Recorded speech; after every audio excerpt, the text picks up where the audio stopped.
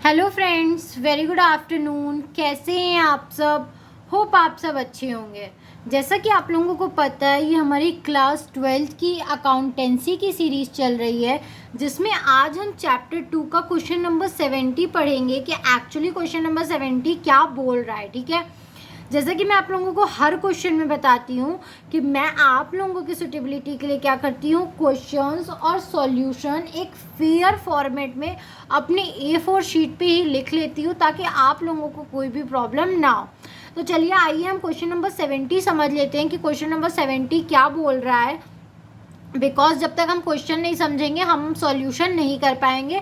Solution के लिए हमें क्वेश्चन समझना काफ़ी ज़रूरी है। ठीक है, तो हमारा क्वेश्चन नंबर 70 क्या बोल रहा है, STW and X are partners sharing profit in the ratio of 4:3:2:1। ठीक है, STW जो है और X वो पार्टनर्स हैं एक फर्म में। ठीक है, और वो लोग किस रेशियो में अपना प्रॉफिट शेयर करते हैं, तो वो लोग 4:3:2:1 के रेशियो में प्रॉफिट शेयर करते हैं। ठीक है, x is given a guarantee that, x ने क्या किया है, एक्स को ये गारंटी दिया गया है दैट,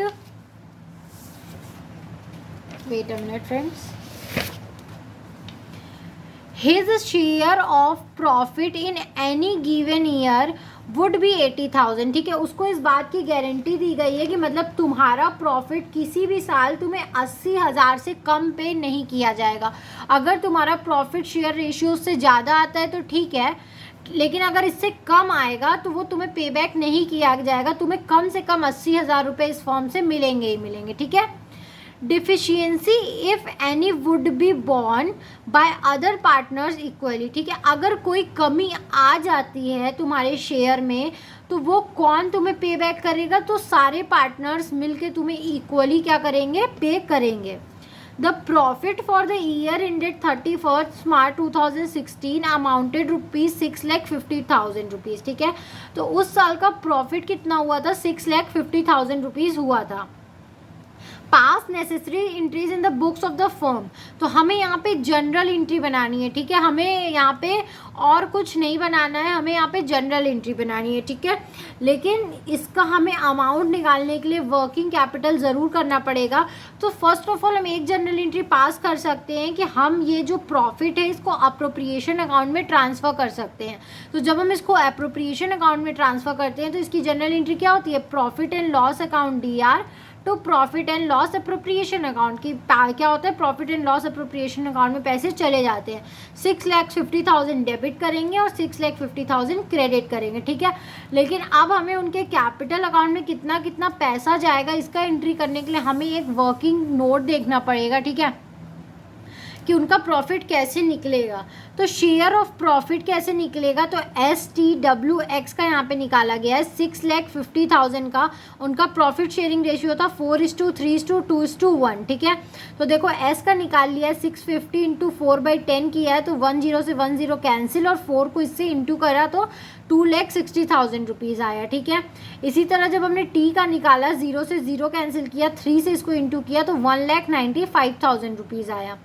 W का जब हमने 6,50,000 को 2/10 किया, 0 से 0 कैंसिल किया और 2 से इसको इंटू किया तो आया 1,30,000 रुपीज़। ठीक है, और जब इसी तरह X का हमने 6,50,000 को 1/10 किया तो 0 से 0 कैंसिल और रिमेनिंग अमाउंट क्या हो जाता है, 65,000 हमारा उसका शेयर आ जाएगा। ठीक है, अब आप देख सकते हो X को गारंटी दिया गया था कि उसको 80,000 से कम नहीं मिलेगा, लेकिन यहाँ पे तो उसका शेयर सिर्फ 65,000 आया है, मतलब 15,000 की कमी है।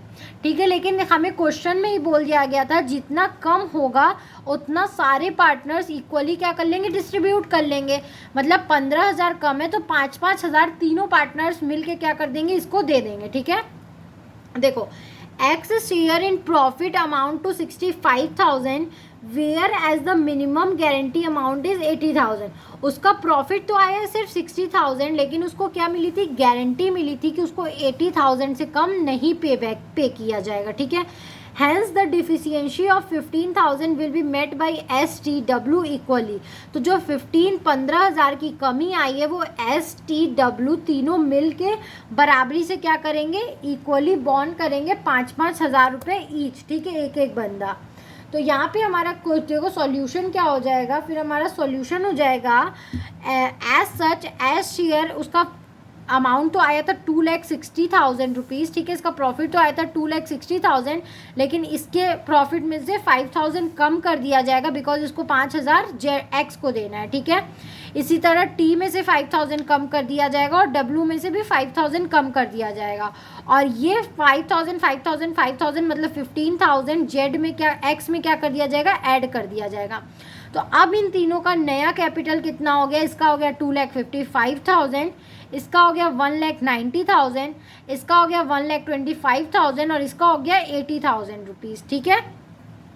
अब हम क्या करेंगे, ये अमाउंट उनके कैपिटल अकाउंट में ट्रांसफ़र करेंगे, ठीक है। तो देखो इसकी जनरल एंट्री क्या होगी, profit and loss appropriation account DR 6,50,000, क्योंकि 6,50,000 हमारे अप्रोप्रिएशन में डेबिट साइड क्रेडिट साइड में था, to S capital account, to की टीज कैपिटल अकाउंट, टू डब्ल्यूज capital account, to X capital account. और ये जो नया यहाँ पे अमाउंट आया है वो हम क्या कर देंगे, इस साइड ट्रांसफ़र कर देंगे, 2,55,000 एस में, 1,90,000 टी में, 1,25,000 डब्ल्यू में और 80,000 एक्स में, ठीक है।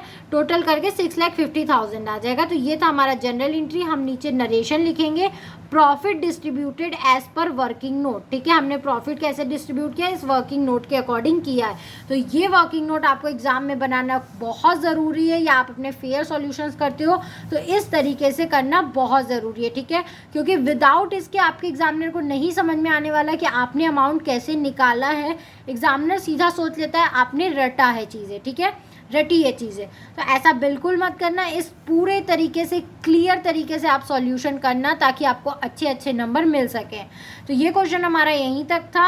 आई होप आपको ये क्वेश्चन समझ में आया होगा। अगर फिर भी आपको कहीं भी कोई भी प्रॉब्लम है तो आप मुझे कमेंट सेक्शन में कमेंट करके पूछ सकते हो। Thank you very much for watching my video and do like, subscribe and share my channel. और अगर आपको कहीं भी कोई भी प्रॉब्लम हो तो feel free to ask me. Thank you.